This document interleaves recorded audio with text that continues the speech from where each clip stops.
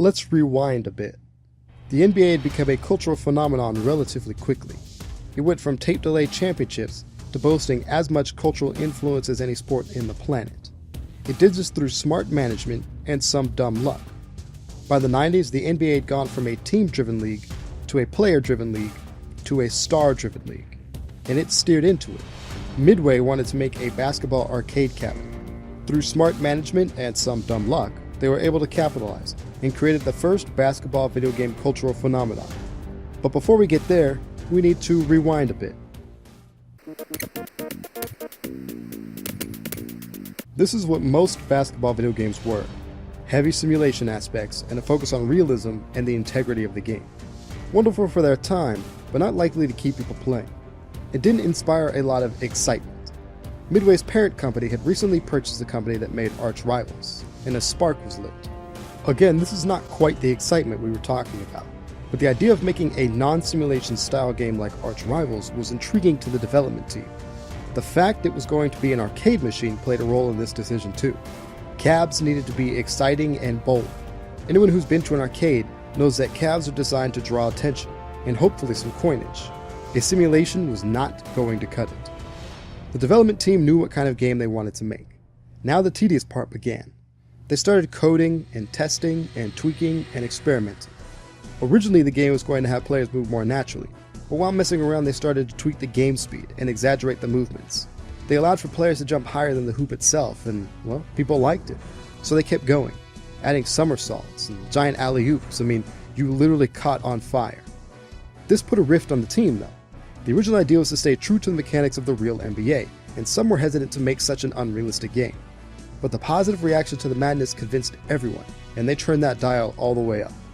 And this is what made this game such a success. The original idea was to make a fun yet true to the sport game, but the team responded to the positive feedback, tweaked their game, and ended up with a product that people were just plain having fun with. And in such a saturated market for basketball video games, it stood out. But they weren't done on that front. While their competitors had been licensing individual players or specific teams, NBA Jam licensed the NBA itself. This allowed them to include numerous megastars from the league. It was also a risk from the NBA's perspective. They were going to attach themselves to an experiment, a high-octane, unrealistic basketball game that was, oh by the way, being released as an arcade cabinet. At this time, there was a stereotype that arcade cabs and pinball were mostly for bars or other seedy joints. But Midway convinced the NBA that that wasn't the case. NBA Jam was going to feature NBA stars and a nice giant logo of one of the rising leagues in the world to boot. But the players represented another problem to those purists on the team. John Stockton can't dunk. Well, that's the stereotype anyway. By his own admission, he only dunked once in an NBA game. It was so lacking in his game that it became a myth that he couldn't even do it. But now his avatar in NBA Jam was going to be jumping 25 feet into the air. This was a bridge too far. So the devs decided to give players ratings so that each player felt like their real-life counterpart. This was the creation of their rating system, and NBA Jam was the first to present the player with easily accessible ratings. This also meant high replayability. Now you could mix and match play styles. The team had worked hard to make this game unique. They worked to make it as entertaining as possible, and it was no doubt going to be a great video game. And then they just got flat out lucky. The first choice to do the play-by-play announcing was the legendary Marv Albert. But someone of his stature would cost way too much. So they hired some guy named Tim Kitzrow. You may not recognize the man, but you know the voice. He's on fire! Here it comes! Boomshakalaka! Kitzrow infused the game with energy. He was the perfect fit for the style of play.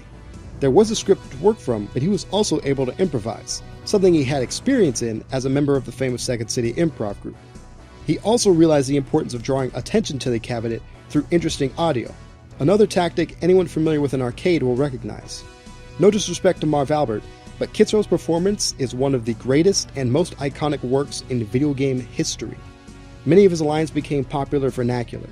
He was the perfect guy for the job, and now NBA Jam went from a great video game to an iconic one. And it was a runaway success. People were lining up to play. Crowds would gather to watch just like watching a real NBA game. It would go on to set a world record for most money collected by a coin-operated game in 1 week at a single location at $2,468. Now, to put that in perspective, that's 9,872 plays at a quarter a play, an average of 1,410 plays per day. It grossed over $1 billion, making it the 5th highest grossing cabinet in history.